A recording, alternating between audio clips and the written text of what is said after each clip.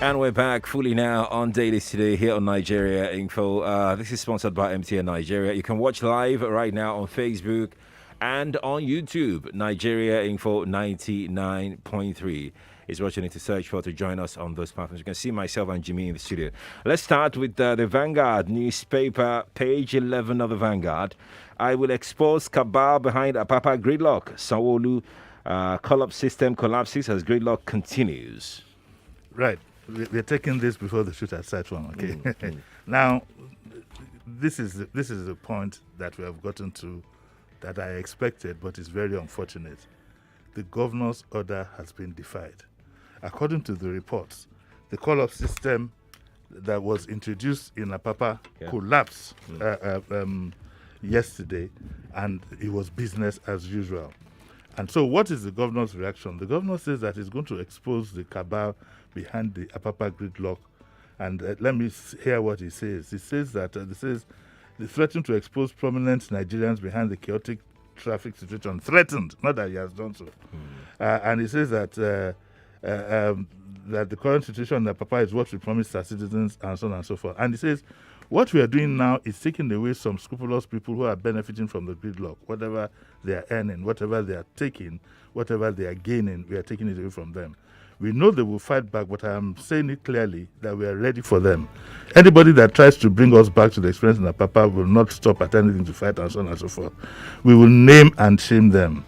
We will reel out their names, be it a corporate organization, and so on and so forth. The governor goes on and on. I have said repeatedly, enough of backing. Can we please have a bite? A governor does not threaten to expose people. If they have broken the law, the law should take its course. I mean, why would you threaten? You're not. So if they now comply, what about the offenses they committed in the past? I think the governor needs to be a bit more proactive in this instance. And it looks as if there's a reluctance on him. There's something restraining him from doing the needful. Bottom line is we're still where we are with the Apapa gridlock, according to this newspaper. And it says that the call-up system has collapsed. So when you have a chief executive of a state threatening to expose people and so on and so forth, he should get his attorney general, get his commissioner of police, whoever is working, is sabotaging whatever, to take legal action against them and expose them. I don't understand this kind of governance in a situation like this. And of course, there's all kinds of political insinuations behind all this. And I have had to tell the governor that he should always remember that at the end of his tenure, it's his name that will be making the rounds. And I'm sure a lot of you know what exactly I'm talking about. The governor has to be decisive. It's not for a governor to say, I will expose this. That's for lesser minions. A governor is supposed to take action. Immediately this happened yesterday, we should have heard by this morning that something had happened. And I honestly, I must say very, very clearly that I'm disappointed about how all this is going. It looks as if our hands are tied. And that cannot be. The governor cannot submit his authority to various interests, which he has identified and says he will then expose. Expose them. I hope that by this morning his Commissioner of Information will call any of the radio networks and reel out names. The Attorney General will take action against them, and the Commissioner of Police. Enough is enough. Let's quickly take a listen to the governor. He was speaking on this same issue yesterday. We will name and shame them. We will name and we will bring out their names. Be it a corporate organization, be it a company, be it a police officer, be it a Lagos State officer, whoever it is, be it a union that will say that the solution that were brought about will not work. They will go and answer to the citizens of Nigeria and to the citizens of Lagos State that were brought to this refuge. We will bring them to the public courts for them to see that we're about seriousness. We cannot condone the recklessness and the carelessness that our citizens have gone through. You do not, as a governor, take people to the public court. You let the law, you apply the law. It's not a matter of taking anybody to the public court. I'm sure if the Attorney General searches through his books, there are enough laws that these people have broken. You take action against them. and parade them the same way you paraded those who were arrested at that nightclub. And by the way, the name the Commissioner of Information gave us as the name of the guy who was involved in the banana. I can't find the name, and I googled it and I can't find it. But that's a story for another day. Okay. But please, Mr. Governor, do not submit your authority to these people. Do not submit. You have the support of the public. Go ahead and do the needful. If there's anything that is restraining you, let those people of the persons or whoever they are tell you that your name is at stake. And the life of the state is at stake. We can't continue like this. This call-up thing started on Friday last week, I think. Yes, about so. Friday, yes. And it's just within 1 week. It collapsed, you see, because, look, the people who are perpetrating this thing, to be very honest with you, they know the governor they are dealing with. Let's be very honest with ourselves. They know the person they are dealing with. They are not dealing with a tough cookie. He can bark, but he can't bite.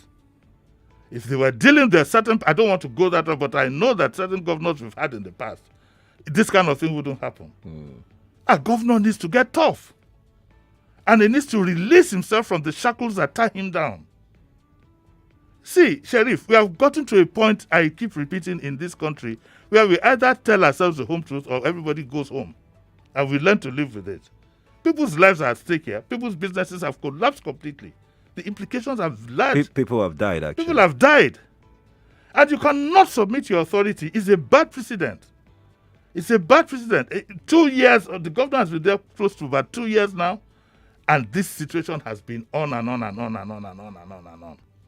And what you hear every day is backing. We wonder where the teeth are to bite. But he met the situation there. That doesn't make any difference. He should solve it. I mean, when we are born in office for 2 years, this thing predates him.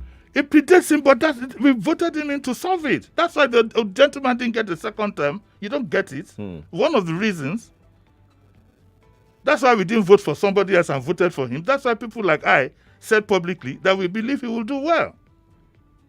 If you are giving me a candidate who cannot solve simple traffic problem, because it's a simple problem, really.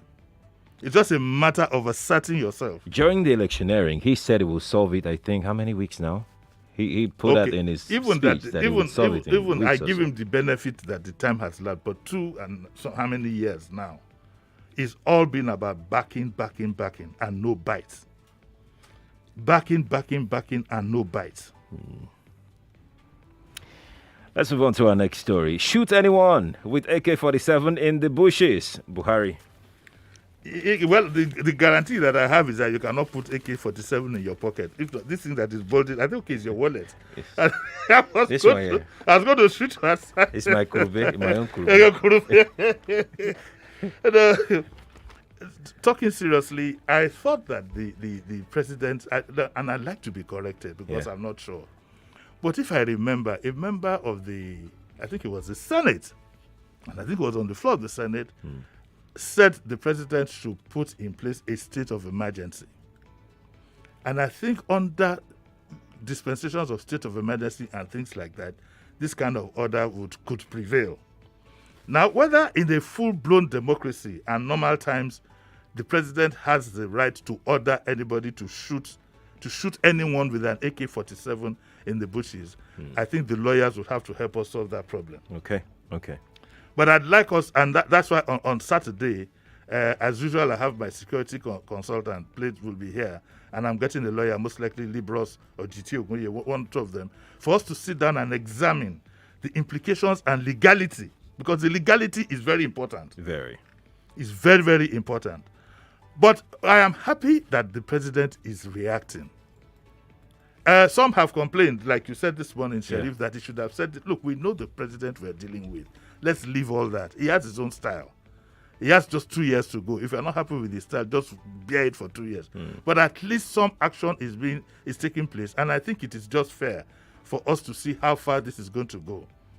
Because and about the no-fly zone, I am educated that it has been said that there's a reason to believe that private jets and helicopters have been used to drop weapons and so on and so forth in the forest and in this and that.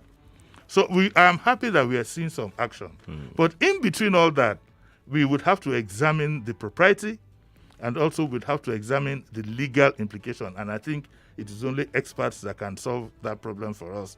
I'm not an expert in those matters. So just wait, tarry a while. On Saturday, 8 o'clock, we'll have both the military side of things and the legal side of things, and we'll have a well-rounded discussion and know what it is. But let us also say that we are happy that the president is doing something. Now, Zulum, I think he's the governor of Borno State, Babagana Zulum. Zulum, yes. And he said that the federal government has to look into the possibility of engaging mercenaries.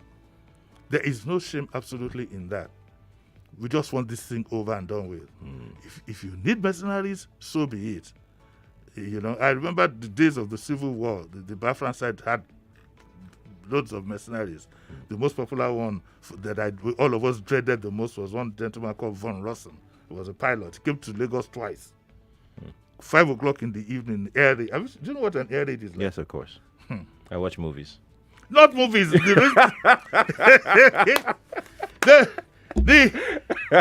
Von Rossen came to Lagos, he came one day late at night, 2 a.m. He was targeting that Apapa depot. And they was shooting at night, trying to bring his plane down. He escaped. Then one day he was so daring, he came 5 in the evening. That one caught me at Yaba bus stop. Ooh. Now, the funny thing about that incident, still fresh in my mind, is that people were running in different directions. Some people were running to the right, some people were running to the left. I first of all ran to the left before I realized that my hope was to the right. And I can imagine if what those two experiences, and including the casino bombing. Yeah, the casino. If those things are fresh in my mind in Lagos, I can imagine what those who were in the East went through. He's dead now, a renowned professor. He told me the incident of a patient the patient came to see him. He had trauma from the war. Yeah. And the plane was just passing by his office. The man went under the table by instinct. So when we talk about these things, we need to know the implications. That's why some of us are so much against any form of violence. Back to the point before we lose complete track. If we need to hire mercenaries, there's nothing wrong with it. If we need assistance from foreign countries or even neighboring countries, so be it. But that's an indictment on whoever that may have been calling for the replacement of service chiefs, thinking that things will change when we have new service chiefs. If we have new service chiefs and they are bold enough to take on mercenaries, we just want this problem solved, Sheriff. I think where we are now is whether it is an indictment or not. When we have solved the problems, we can then look at the other implications of it. But we need this problem solved. Okay. Yes, we do. I agree totally. Yes. This needs to end. Yesterday. Like yesterday. Let's move on. Let's take this story from The Nation. Then we go and take some thoughts that are coming on WhatsApp, on YouTube, and on Facebook. Let's see. Why order was imposed? This is talking about the president's fly zone. Okay, I think I'd mentioned that. Yeah, I was actually looking for the paper in between here. But Garba Shehu says that it was to curtail the influx and arms and other logistics into the state. And by the way, this newspaper also has a story, very sad story. Sadiq Daba is dead. I will all miss him. May his soul rest in peace. Amen to that. Let's go to YouTube very quickly. The governor cannot go beyond his power. If you know, you know. That's Ahmed Kehinde Olasokomi. Damilare Atier also says, in this same Nigeria, some people banned NURTW, banned herdsmen from their forest reserved area, and many other daring acts. No hell was let loose. That's Damilare also reacting to that story there. Let's take one more from YouTube. Walexi79 on YouTube says, the tankers are packed in numbers from Mile 2 to Apapa, causing gridlock as early as 6 a.m. this morning. There you are. It's terrible. It's really terrible. Okay, let's just move on. The Punch is here. FG commissioners meet over sharing of 3.9 million vaccine doses today. FG commissioners meet over sharing of 3.9 million vaccine doses today. Okay, I'm happy that some action is taking place, though what my training tells me is that you have all your plans ready before the consignment actually comes. Because when you have it's like not having a plan as to how to share money or a loot This should before have been, the cash this should have been done long time. You just come and fit into a system, but that's where we are. It's going to cost. Now it's causing all kinds of confusion. Why do I say so? Edo State claimed that they have received their own consignment. And it says that Edo State claimed that they have received, that they've gotten their share of the consignment. And it says the Edo State government is in custody of doses of AstraZeneca COVID-19 vaccines received from the federal government for distribution. But the executive director of the MPHCDA, Dr. Faisal Shoaib, told the Punch that contrary to the claim of Edo State government, the agency had not given any vaccines to any state. So who is telling the truth? No. I mean, somebody don't go Dabaru, Edo State, give them these are unnecessary distractions that we don't need. Unnecessary things. You should have had a plan ready, and you just fit into it. Now, Lagos State is awaiting its share of the vaccines, and added that it has prepared facilities to store the doses. My good friend Benga Motosho in an interview said yesterday that the governor had inaugurated a committee to handle all aspects of the vaccination. And he says, we're waiting to receive our own consignment from Abuja. Lagos is ready in terms of cold safe management and logistics. Did the vaccines arrive Abuja or Lagos? Most likely maybe Abuja. It's Abuja. It's Nnamdi Azikiwe. Yes. So Lagos is ready. Edo State they have gotten, but the people distributing say they haven't. Yeah. How can we have that? Unnecessary. These are all just distractions. Just get this. Sharif, sorry. It is becoming obvious that we have a capacity problem in government. Why should we be discussing this? That was clear to me when I had to deal at some point 2 years ago, and I got a letter from the presidency, which I rejected on point of principle. When I read that letter, I was supposed to go for some seminar. The letter it had no information, nothing. And this was about a day to the time. It was as if somebody opened his drawer and sent it to me. There is a capacity problem in governance. And I do not think the center is holding very well. We have to, there is obviously a capacity problem. How can, look at it in a leading national newspaper, we're still trying to have meetings on how to share something that we were anticipating was going to come months ago. We knew this consignment was coming. And then in the same newspaper, you have a state saying, we have gotten our own consignment, and the man who's supposed to dish it out says, no, I've not dished out anything. So who do we believe? It's just ridiculous. It's, and embarrassing.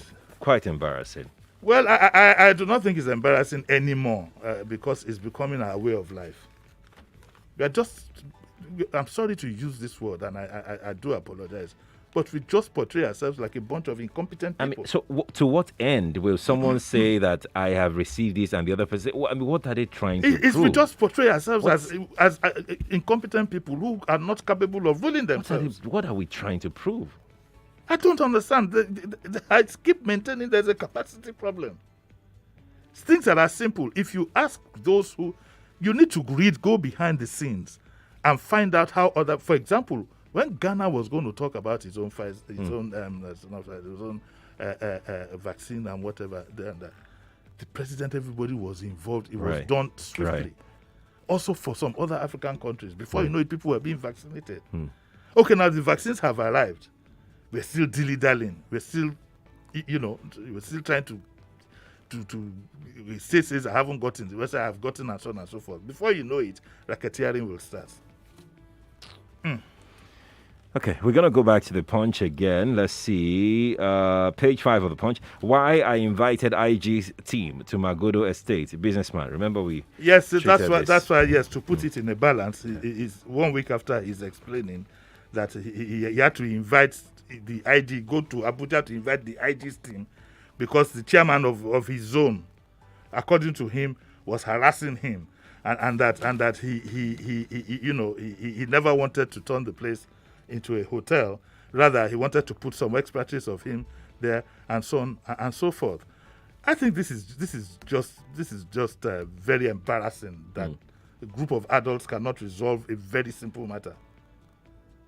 There's ego and all kinds of things have gotten in the way. I mean, okay, so if the chairman was harassing you, did he point a gun at you? No. Did he plant a grenade in your garden? No. Then you had to go all the way to Abuja to get the IG's team. And you were warned. And pick him up at 6 a.m. What do you mean by harassment to start with? You were warned that the structure you're putting up is not allowed in It's their not state. allowed in their states. So who is harassing who? You couldn't get your lawyer, or you couldn't go and have a closed-door meeting with the chairman and explain to him. It's the Nigerian problem. I'd like to show. Do you know who I am? I'd like to show you who you are. So you went all the way to Abuja over a very simple matter. Who do you know? And I'm surprised that the IG's team had the time with the crisis that we have to face such a simple civil matter. I think there's enough blame to all round for all the actors involved in this. And I would like to call on the chairman and this gentleman, please throw your egos aside. Let's have more space to discuss more important issues in the newspapers. Have a meeting. If you are not constructing a hotel, a simple meeting. I think part of it could be that what right do you have to challenge me and so on and so forth. But listen, one good thing about Nigeria now is that everybody is now conscious of the collective. And I'm so happy about it. You find a lot of that now in estates and so on and so forth. People are concerned about the collective. But it's such a simple matter. You now, from his window, he was peeping, watching the hair. I'll show him who I am. 6 a.m. in the morning. Over an ordinary disagreement. And of course, the chairman explained that he's 60. He could not go to Abuja. He's 60 for COVID reasons.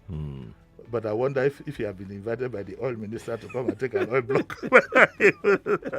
I think these people should grow up. They should just grow up and We'll take this comment from Facebook. Dada Ayodele said the Minister of Health is from Edo State. He's trying to give reasons why it's possible that Edo would have gotten there. You look at the public. You see what happened. Yeah.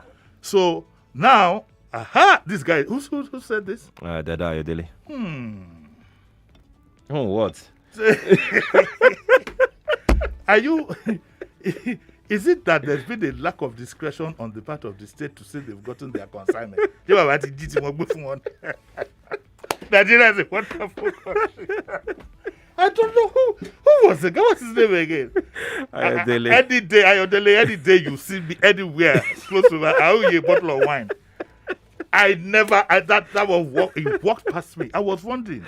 Now I can see. So could it be that there was a lack of discretion on the part of please the don't buy into this. I said, could it be?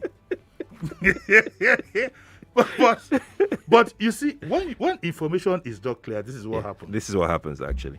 Okay. And we do that regularly. They are experts at that in the social media. Yeah. Expert what it connects straight. Did you see the video of the guy who hacks accounts? Yeah. That young man. Yeah. Jesus, that guy is a maverick. And he was so bold. Man.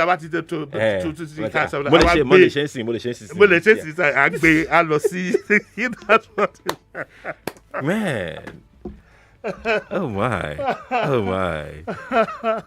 Oh my God. Okay, let's take one more. This is an editorial from the Punch. Task Force tasks before new EFCC chairman. Yeah, for those who are interested in following, I've lost interest really, to be honest with you. I think the EFCC, to a large extent, has become highly politicized and almost become a toothless bulldog. Because this is not what when we were voting in Buhari or when we were supporting Buhari, I must say that I supported him. I won't lie about that. We were looking forward to a very strong campaign against corruption. You know, the likes that will make the days of Ribadu look like a kindergarten class. But we never got anything like that. It's very sad. But this editorial takes on the new, what's they call now? Bauer. The new Bauer, yes, the 40-year-old gentleman. And it says that the EFCC has failed to live up to its mandate, largely due to political interference. Bauer must resist the temptation to bow to such interests by putting public interest first and upholding the law, regardless of who is involved. And he's giving examples of in other countries where the law has taken its course, right, according to what it should be. We must go now. Jimmy, what's coming out at 9? 9, especially for those who are traveling to the United Kingdom, going back to school and so on and so forth. I'm going to have Justin Bell. Justin Bell is the country manager, and he's going to take us through the process right before you leave home all the things you need to do before you get to the airport. Because apparently, I got to know that a lot of passengers get to the airport and are not they haven't availed themselves enough with information as to what to do. Right. Same way you find people go 2 boxes, you know that it should be 25 kg, 25 kg. Yeah. If you're a regular traveler, you can get a small, tiny thing to weigh your luggage. Then you now see 3 suitcases are open, they push it. Always be prepared. Always be prepared for this thing. All right. So we'll have Justin Bell at 9 o'clock, and I think it should be quite interesting. All right, then, and then we'll discuss other matters. Thank you. Thank you so much for coming around. Thank you, Many Sherry. thanks to everybody, and of course our sponsors, MTN Nigeria. We have the news up in a moment. You know that feeling when you keep downloading and streaming interesting videos, but your mind keeps whispering, continue, your pockets go here. But not anymore. When you subscribe to MTN's affordable and reliable monthly data bundles, you will enjoy 10 gigabyte with just 3,000 naira and 20 gigabyte for 99.3 Nigeria Info. We are more than just radio. Subscribe to our YouTube channel at Nigeria Info FM. Check us out on Facebook at Nigeria Info 99.3. Follow us on Twitter at Nigeria Info FM and on Instagram at Nigeria Info FM Lagos for live updates as it happens. 99.3 Nigeria Info. Let's talk.